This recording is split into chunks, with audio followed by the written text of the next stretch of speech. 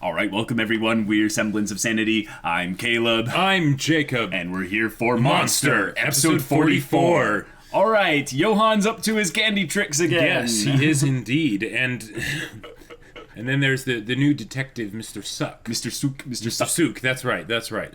Apologies. He wants the suck. Anyways, and he is quite taken with Johan.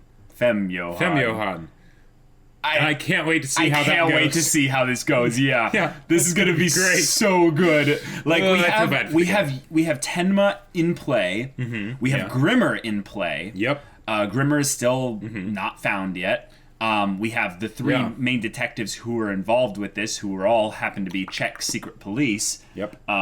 From the old days of the before old communism regime. fell, and they're dead. Mm-hmm. And Tenma has found the three frogs. That's true. So it's basically just a thing now of when are Dieter and Anna going to show up and throw a wrench into this whole thing. Yeah, exactly. Like, can you imagine just how amazing it would be for Mr. Sook to be, like, talking with Johan, and he's like, wow, this is great. And then Anna walks into the same bar, like, trying to ask around, and then it's just like, and then Sook's just like, you have a twin sister. Oh. Or Johan's planned this so much that he knows when she's going to arrive. And so he immediately fades into the background, goes nowhere. Right. And then he goes to her. And he's like, oh, I've been meaning to talk to you since, why'd you disappear? And she's like, what?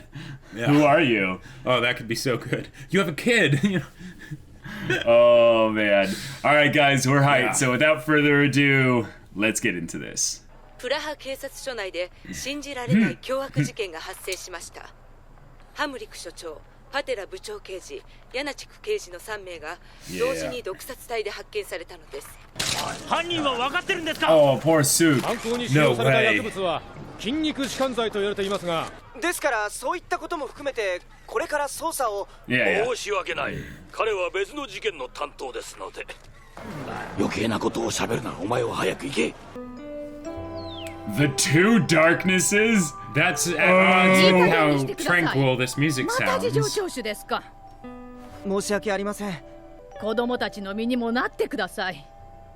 あの子たちは親代わりに育ててくれたペドロフさんとお手伝いの女性が死んでゆくところを目の前で見てしまったんですよ。ペドロフさんとグリマーさんは仲良くしてたかな？そんなに仲良さそうじゃなかったけど。なんか難しい話してた。あと教育なんとかとか実験とか。あと511。Oh my god! 511。Wow. 君はあの施設ではリーダー的な存在だったそうだね。Okay, here we go. 別にリーダーってわけじゃないよ。Yeah. いい人だよ。He's getting out in front of the もしかし questions. てグリマーさんのこと疑って Wow, る？ he's the one asking questions here. そういうわけじゃ。Dang. グリマーさんは犯人じゃないよ。 Oh, 僕らと yeah. 一緒にサッカーやってて、 Right, 帰 exactly. ってきたらペドロフさんとアナさんが殺されてたんだ。金髪の綺麗な女の人が僕らの家から出ていくの。He's giving that like I know things. You know, kids, Yeah. You know when kids can't like hide things from adults. You know, it's like Oh. 教えてくれるのかい？全然元気だよ。メソメソ泣いてたんじゃないのか？こいつは二度寝所した。俺は君らよりずっと大きくなるまでしてたよ。 Grimmer's awesome. Yeah. Wait. アントニー、 Yeah. 君に預けたものあるかい？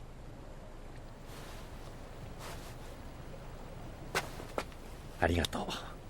これはおじいちゃんから預かった大切なも Oh の my だ。 gosh. See the broken nail? Yeah. さてと、 Holy あまり crap. 時間がないんだ。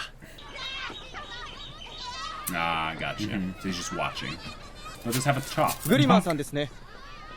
逮捕しに来たのか？ Whoa. 子供の前だ。銃なんか振り回すなよ。 Wow. そっちこそ、 Yeah. 持っている銃をこっちに投げろ。銃なんか持ってないさ。銃なんか持って歩いたこと一度もない。 Wow. Yep. Not Yep. once. That's Yeah. impressive. ゼマン警部をやったのはあんたか？ Not Inspector わか Zeman. らない。 Yeah, I don't know. Yeah. 何しろ拷問されて半分死んでたからな。 Yeah. 銃で撃ったのは私じゃない。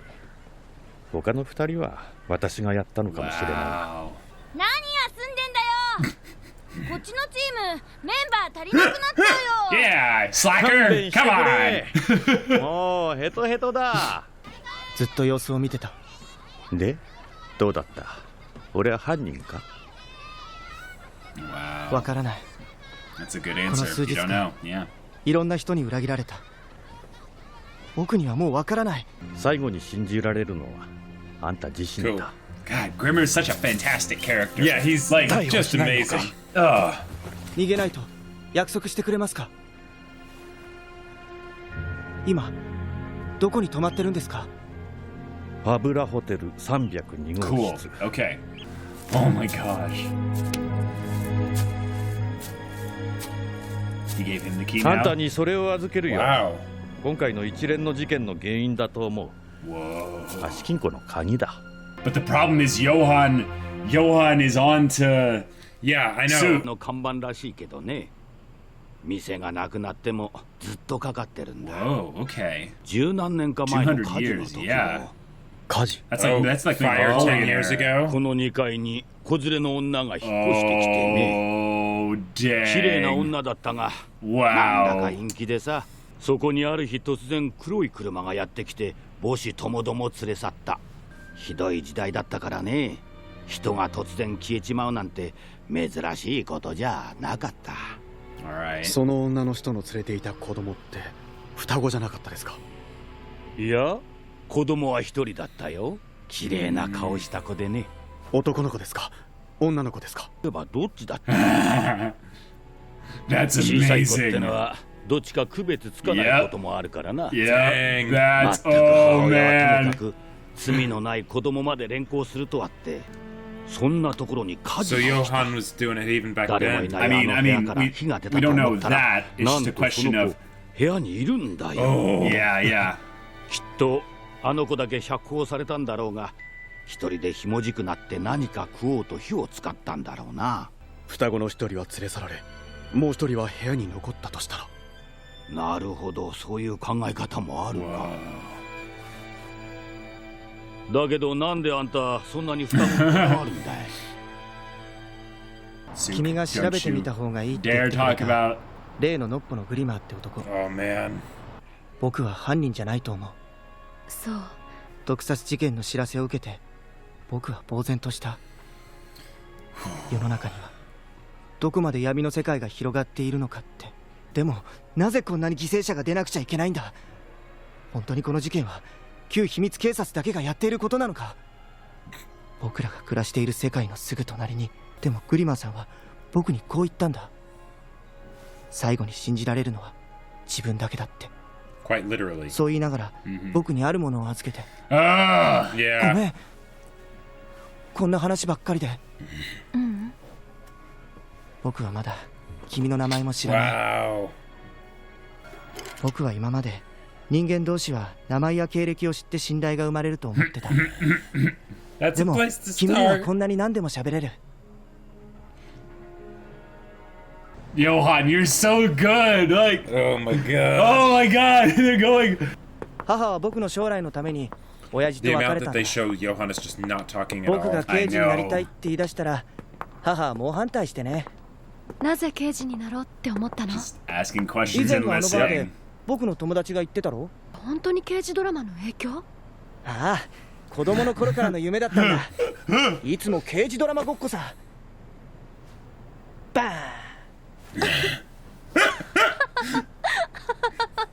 Bang. そんなに笑うなよ。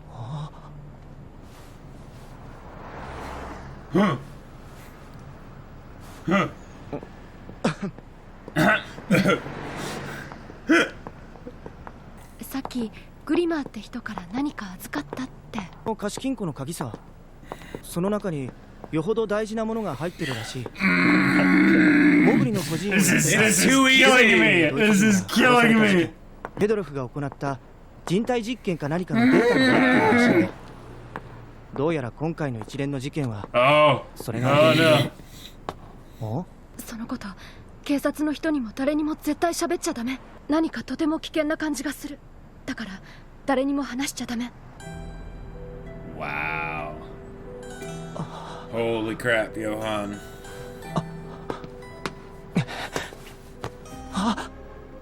ごめん。名前アンナ・リーベルト。アンナ、いい名前だ。じゃあまた。アンナ。Oh my god, he's so smooth. Yeah. Oh, and now we're gonna see what, the wig come off here? Yeah. Oh my god. Going into the darkness. Wow. Oh, and that's kind of like the... こんばんは、トゥルンカさん。Oh. ああ、いい夜だね、アンナ。 Everyone あら、 knows こんば her んは、アンナ。 already. こんばんは、ヤルカさん。 Oh man, this is so good. Like, yeah, they're gonna give us the... Yeah. Because they're milking this reveal, even though we already kind of know it, right? But they're doing it in such a good way. Yeah. Yep. Oh my god. Yeah. Yeah. Wow. Oh my gosh. You freaking genius, you.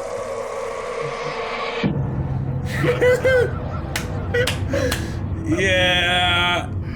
Oh, wow. 貸金庫の鍵か。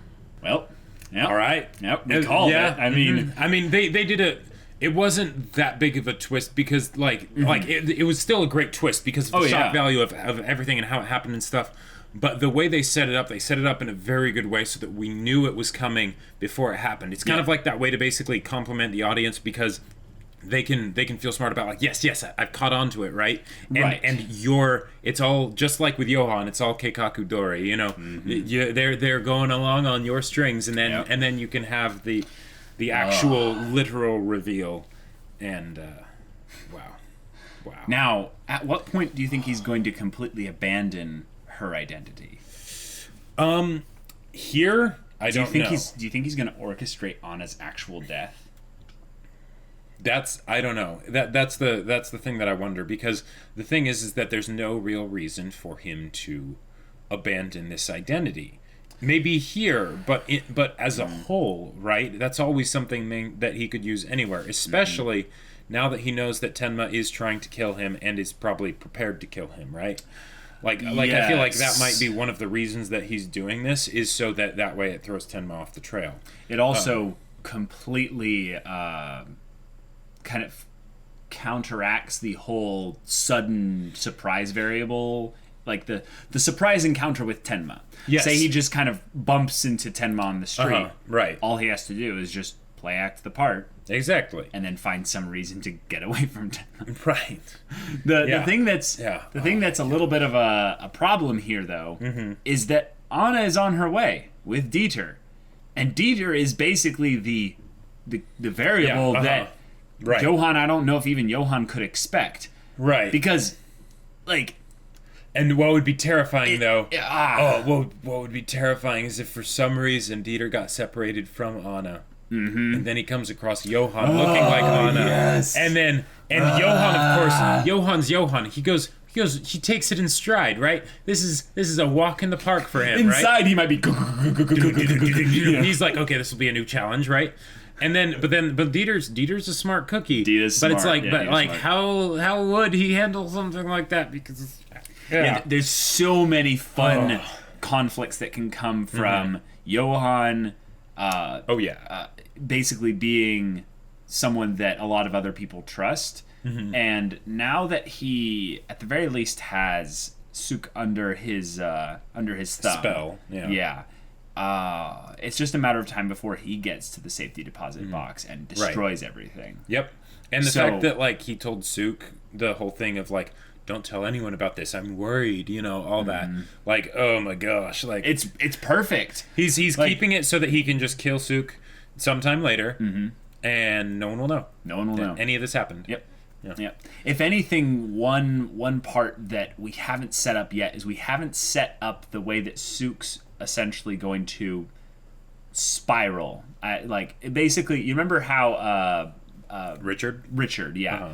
He set up Richard to kill himself, essentially. Correct, yeah. We need... Johan needs to do something similar to that, because I don't think Johan can kill Anna. Johan as Anna can't kill Suk without abandoning the Anna identity. Really? I think so. Okay. I think he needs to have Suk off himself, essentially. He could, but the thing is, he could also orchestrate it so that, like, say someone else kills Suk, and it looks like the secret police. Okay, Grimmer, that would be pretty impressive. He pits them against each other. He gives them reason to. But he could also just get any other person, like, off the street that would be a potential killer, you know, and then do his magic, get them to kill Suk, and then people think it's the secret police. I think that's possible. The main issue with that is that when people go and actually investigate it, they'll be like, okay, did he have any enemies? No, I mean, the Czech secret police and stuff. Yeah. Okay, can we talk to people that were close to him and stuff? And it's like, well, there was a girl. Right, but even then, like, does anyone know that he was talking to a girl? Because the bartender. That's in fact, they even showed the bartender talking to Anna post bit there and gave him a name. It gave him a name, which is like basically saying this character will come back into the story at some point. Sure. So maybe on some level they're all alibis protecting Johan. Like maybe Johan's ingratiating himself into the community so that he has basically little barriers of defense against like certain types of attacks against him. The way I see it, he's basically like a spider, and he's spinning all these different webs. Yes. And when a spider's on their web, they can feel all the different movements of their web rippling across, right? Mm-hmm. So they're very tough to sneak up on, right? Yeah. Do you get the vibe though that Johan is in hiding though?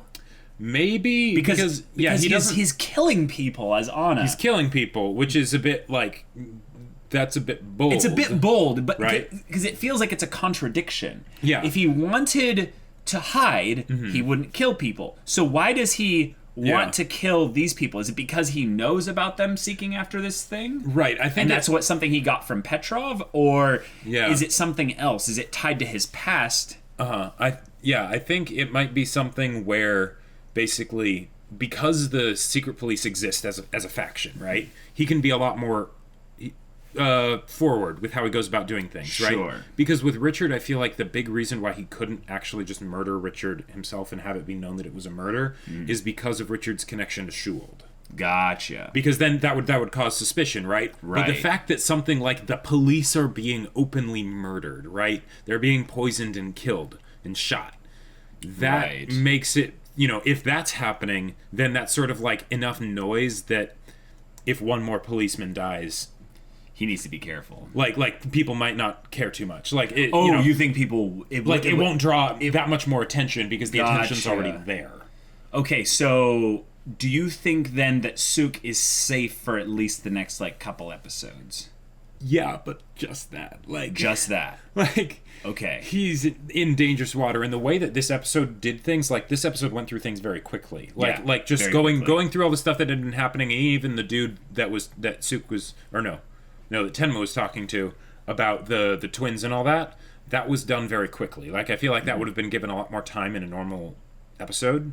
If we weren't going to revisit it or something. Right, if we weren't going to revisit it, or if at least we weren't dealing with Suk. So the fact that they did that makes me think that compared to Richard, Suk's time might be very limited. Okay, gotcha. So we have the news people basically getting wind of this. So we don't know what that's going to do. Like, let's assume that there are some other secret police hidden out there, essentially. Sure. Makes sense. We don't know what their next move is going to be, other than, I would say, just cover their bases. Yeah, and they might be terrified because they're like, okay, we were targeted. Do it. Yeah, like what the hell is going on here? Right. We have no reason to kill them, so let's double check. Anyone do something? No. Right. Yeah. Now, if there are no others, like no others that are like actually going to be making a move or something, right? was Johan's primary goal just to start like knocking off variables in this area because he's setting up a new web, like you were saying? Sure. And this is all a trap. He's simplifying the equation for when Tenma reveals himself. Yeah, and all yeah. that. When he needs to make bigger movements, and he needs people on his side. Right. So he's essentially ingratiating himself with the community, with a police officer. He's getting at least kind of some attention thrown towards Grimmer, and I think that Grimmer is kind of the key. Is kind of the not the key, but the. He's not the key. Yeah, no, he's not the key. He had the key, but he gave away the key.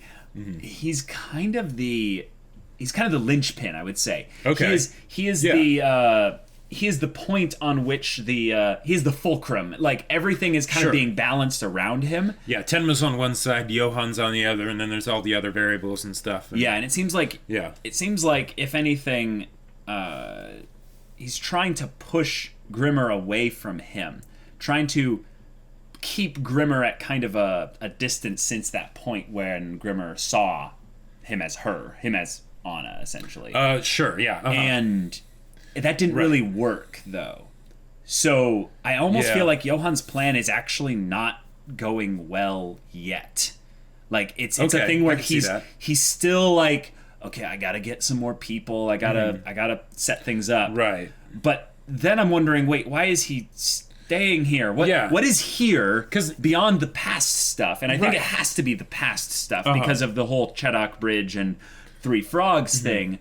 But we don't know what that is beyond what Tenma talked about. Right, because like Johan seems to be winning too well here. Like everything's going so well for Johan from the standpoint of like how well he's integrated himself into the community. Like that whole shot of everyone just being like, "Oh, evening, Anna," and all that stuff, and him calling them by name terrifying. And stuff. That was terrifying. So much more terrifying than the actual part where he takes the wig off. That was the real twist for us, right? Yeah. Because we were like, "Oh, he's gonna take the wig off, and we're gonna see." Right. But then it's like, "Oh no. Hey, so and so. Hey, so and so. Hey, so and so," and we're like, "He hasn't been here long. No. Like not at all." And that's just freaky. And the whole thing about like his mother, right, in the past and all that stuff, it's like, okay, that's one aspect. And then there's the aspect of the actual videotape safety deposit box. Right. But now that he knows about the key, right, it shouldn't be that difficult to get the key. Yeah. And then what else is there? Like, what does he have to do now? Because I'm guessing he's already done whatever he needs to as far as like his mother is concerned. Yeah, because she's supposed to be here. Right, but they haven't shown her. But if Johan's been here long enough to ingratiate himself with the community, then he's probably already found her, unless she's also in hiding or something. Yeah, that's probably what it is. The reason why he's still here is that he hasn't found her yet. Which is impressive for someone of his abilities. Yes, so what that means is that she's been... She might be dead. She might be dead already. Sure. Or what it is that he's balancing a whole bunch of eggs. Basically he's saying, okay, I gotta get rid of these secret police people. Yep. I gotta find out this thing that could incriminate me and it could tie to my past. Right. I have to find my mother, and I have to kind of manipulate a whole bunch of other people and stuff as well. So it seems like he's taking things in a very kind of methodical, step-by-step thing. And he freaked out a little bit when he realized that Suk had the key. Yeah. And he's like, okay, I'm gonna be his mother. And I find it actually really funny that Johan focused on his mother for being here in some ways. Comes at it from a motherly approach. Yep. Instead of trying to play out the whole romantic angle, which might have come on a bit too strong. So it's like Johan's being a genius. Right. Because he also realizes that there's a certain card that he can't really play. Yeah, if he's taking him back home or going to his place or whatever, then Suk's dead. Yeah. Like, they're never gonna find the body. And that's kind of a problem. I don't think that even then could he get away with that with having all these other people see. I don't know. Because it's something that's really crazy about Johan is anytime we see him talk to someone that's like a not really big character, basically like a nobody, we get freaked out because we've seen episodes where like that one gardener from way back when right. was someone that Johan had talked to, and then suddenly they just go and they grab their shears, and it's just like, exactly. oh crap! Like, are these people chill? Are they just? Oh yeah, Johan hasn't manipulated them. He's just gotten to know them. Exactly. And it's like they'll tell him about stuff. They're generally nice to him and things like that, but they aren't. You know, like he can tell who the crazy people are, or the potentially crazy people. Yeah. So there's also the normal people, and they're just like, okay, yeah, this person's cool, and you know, maybe we'll watch your back if people come looking for you or something. Right. I just feel like Johan is about to make, like, not really a mistake, but he's gonna stay here too long, because if Anna and Dieter show up, he is in trouble. Right. Like he's just in trouble. Yeah. And I don't think Johan's perfect. I think that the thing about his like would you say that Johan is the kind of person who sets up a plan and then he basically allows for certain variables to be flexible, but he has always like a constant like getaway? Yes, that basically, because he's not kind of, he doesn't seem to be the other one which I was thinking of, which is where he kind of sets a net here and a net here and a net here, and he has like 5 plans all in place, and he basically is like, well, at least 3 of them will work, you know. Sure, I'd say it could be that too. What I don't think Johan is, as far as like how Machiavellian he is and stuff, is I know exactly what's going to happen, because I don't think he's one of those people, but he's one of those people where he's like, but whatever happens, I've got a plan for everything. Okay, you know? so it might be even a blend of those two, right? Where he has a bunch of backup plans, but he can't predict what people will do that he hasn't interacted with. Maybe that's actually it. The Grimmer thing was intentional, like, because that's still a thing. I'm still blown away by. He let Grimmer live. Yeah. He knows about Grimmer's darkness then. Right, and so there's, is it an emotional thing where he recognized, a fellow monster, cool. Somehow, maybe, yeah. Or is it something where he's like, I want Grimmer to stay alive because I know Grimmer will basically, he'll find out the things that I need to find, right? Because maybe Johan doesn't want to go asking too many crazy questions and stuff, but if someone else does it, and he has a police officer that is investigating Grimmer and just sort of relays all the information that he finds to Johan, then he has someone else doing his dirty work, and Grimmer, like, because Grimmer knows about 511. That's another thing. Like, so the fact that Johan left him alive, he has a purpose then. He has a purpose. Yeah. So, this is getting freaky. Okay, so let's talk about Tenma's conversation with the older gentleman. About investigating things. He went to the Three Frogs area, and essentially that was Johan's old home was right near there.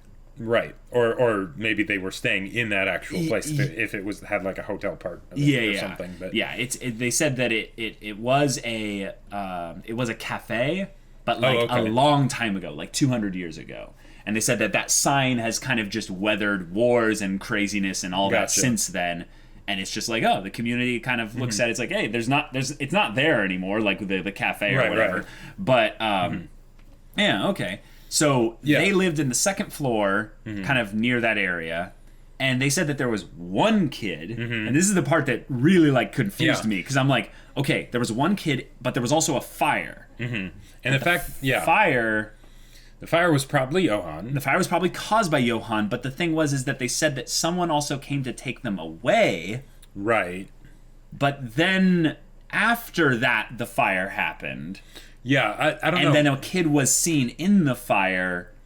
Right. So... yeah, that conversation kind of confused me. It did, yeah. They went through it so quickly, and there were so many different things that they were addressing and bringing up that I wasn't sure how it all fit together. Right.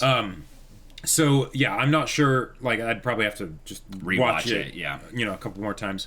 But it seemed like it could have been something where it was the classic Johan causing people to avert their gaze, you know? Sure. And the person just didn't really think about Johan, right? And he was just perceiving Anna. Or it could be that Johan was already doing the whole thing of blending in as Anna because the person couldn't tell whether it was a boy or a girl. And granted, they were kids, so that makes sense. Yeah, and they said this was how many years ago? 10 years ago? 10 years ago, yeah. So this is something that's... not long before Yeah, it's not long before Johan was found by Tenma with the gunshot wound. So here's something that not conflicts with this, but makes it a little bit is that what if Johan was the one that came there and was looking for Anna? Okay. Started the fire as a, like, I'm burning my trace, but I'm also burning her trace and stuff. The people that came to take them away were actually the people that were trying to save them and bring them over to the west. Okay? Okay, yeah. Johan eventually catches up with them and ingratiates himself and is like, I'm her brother. I'm the long-lost brother and stuff. Sure. And then he somehow basically gets to go across with them. Yeah, because it was the fact that they said the one person, right? And because you know, again, when you have people that don't properly perceive reality and then they're retelling it to someone else who's from the 10 years character, ago, you know, and from 10 years ago, it can cause problems because you don't know whether to take them literally and like how much you should trust them, basically. Right, exactly. Like it's like when you for instance, with writing, this was something I discovered, that when you have a sci-fi or a fantasy, and your first the first things that you write as a description and stuff, you don't want to use metaphor. Because people could take it literally because it's a sci-fi or fantasy story, right? So in something like this where you have someone as terrifying as Johan that can do the kinds of things that Johan does at a young age, it can be kind of hard to see how we're supposed to take it. Because I could totally see Johan doing the whole trying to burn the place down, but then there was the kid inside that. I don't think he would have been trying to kill Anna. But what if he was the one inside it? Sure. And maybe... Well, no, it wouldn't have been Anna trying to kill him. No, that's the thing. This episode was called Two Darknesses. Yeah. And I really wonder if what they're saying here ties back in with this whole, like, okay, so there's the book, right? Right. Go back, there's the child's book, and it's the story of basically the monsters... With no name. And they split? Right. The one monster, and then it splits... And then one goes left, one goes right. Yeah, and they both went to different places, but then they came back and returned. One ate the other. Right. Now, the thing that's interesting is I think that the story, in some ways, kind of is a representation of Johan's backstory. Sure, yeah. And this idea of them, potentially both children, Anna and Johan, existing...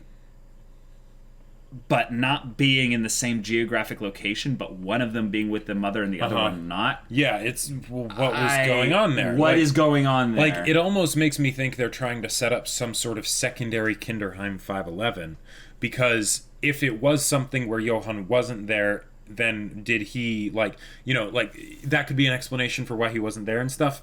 And because with the story, it's the whole idea of them starting together. At the start, there's one of them. Right. Then splits, there's two. That could be a, reference to the whole idea of them being twins and stuff. And then them coming back, and one of them has found a name, one of them doesn't need a name, and one eats the other, right? Yeah. But, yeah. It's really crazy, because I think we're at the point right now where we're juggling so many stories that are told more than shown. Yes. And it's really cool because it actually feels like we're investigators, and we just can't put together the puzzle because there's so many things that seemingly not conflict with each other, but they tell a subjective picture. They tell basically very subjective, a very limited third-person perspective picture of something, and we haven't talked with, Anna or Johan, and received legible information about their past. So maybe what this is that Johan is trying to maybe attract Anna, like. Maybe this is his trap for her. Maybe not necessarily a trap for her, but basically we need to come back and rejoin. It's not right that we're separate. And I can totally see that. And the thing I'm always coming back to is that he had a plan with Schuld, and he threw it away. He was going to do something very oh, yes, I will manipulate the world or do something big and grand like that. And he's like, I changed my mind. And family's what matters most. Yes. I'm almost certain of that now because the book rattled him. Something big changed with that. Yeah. And I think it's the realization that he needs to be with Anna. Like, sure. And the fact that he's putting on Anna's face and her countenance, it's almost like a subconscious desire to be near her. Sure. And he's like, yeah, I am like, I'm getting in her head just by getting in her look and her who she is as a person. One of the things that I just thought of is with the whole fire thing. Yeah. Johan didn't need to be the one who started it. That's true. What if the mom tried to burn Johan alive? Oh, wait, whoa. Hold on. Now, I need to get my timeline stuff, make sure it's all right. But wasn't the mom and the child taken away before the fire? I don't know. But... I don't know. I have to go back. We got to go back and look at that conversation. It all happened so quickly, and I think that a lot of the things in it seemingly contradicted each other, and that was why Tenma's obsession with the twins seemed to confuse the guy, because he was like, "Wait, what is your deal with the twins? Yeah. There are no twins, right?" And it's something where I think the show is going for an even bigger fake out twist. Okay. They're trying to make you think that Anna doesn't even exist. Like Jacob, let's go there, because it's not real. But let's go there for a second. Right. There are very few times recently where we've seen them together. In fact, it might be even the thing that the ultimate twist. Just in case it's right. I don't think it's right. Okay. But what if they go for the angle where it's like, guys, you don't understand.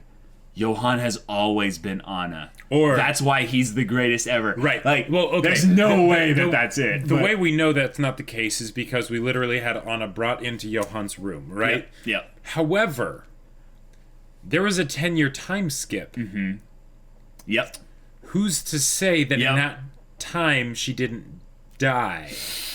She was not killed, right? Now, no, we know it's not. No, because at present time, when the Shuld thing happened, Anna was outside and coming in while Johan was still in there, and she was literally pointing a gun at him and trying to shoot him. So we know that's fine. Okay, I know. It's not that crazy. I know it's not that crazy, but it's something where I talked about this. I think previously was, what if there's moments where we need to go back and look and see wait. Well, there was also the port with the university. Remember the university where Johan was stalking Anna? Yeah. Or he was at the very least. He was kind of watching her. There are points where Anna could have been Johan at the time when we thought she was Anna. Sure. Now here's another thing, though. Yeah. The fact that they're bringing up the past and the mother and all this stuff, and Johan's impersonating Anna. Now, you said, do you think that means Anna's going to die soon because...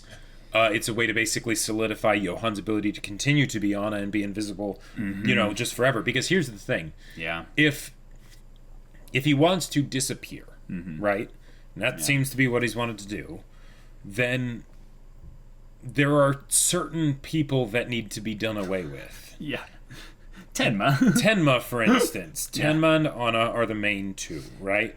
Other people... Yeah, of course, right? Yeah. As he runs into them and all that stuff, as they figure out who he is and stuff, the whole thing, that the kid remembered Kinderheim 511, and that the lady somehow knew that was an orphanage, even though the kid had just said Kinderheim 511 out of context. Did you notice how they said that the assistant was named Miss Anna?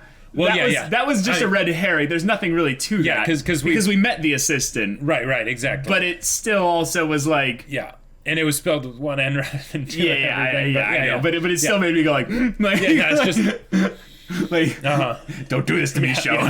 Right, it's one of those things. Me all confused about who Johan is now. We know that's not what they're saying, but just the fact that they throw that out there, it just puts us on edge, really because triggered. It's like no, you can't, that doesn't fly.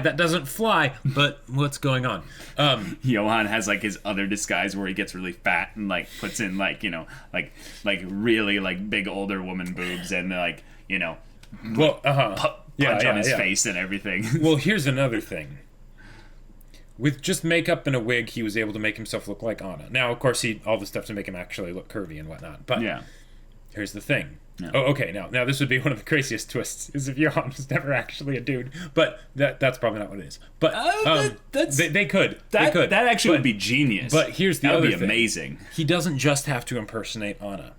if he is able to impersonate Anna, then it would make sense that he would be able to impersonate some other... He could create another identity. He could create another identity, you know, have it be a black wig instead, or whatever, you know, like... Oh, so what you're saying is that because we know that, he theoretically could be just about anyone. Like, it's not something where he can only turn into Anna. Like, it probably works a lot better for, like, imitating... Totally. Like, he probably couldn't imitate another specific person, but just a generic other lady that's on the street, you know? Do you think that means that we know now that he's not hiding?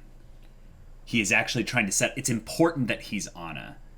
Or it's a personal weakness that he's Anna. Yeah, I don't know. Because I think if he could do that, which I believe he could, his feminine voice was fantastic. Yep. I don't think he's hiding then. It wouldn't make sense to.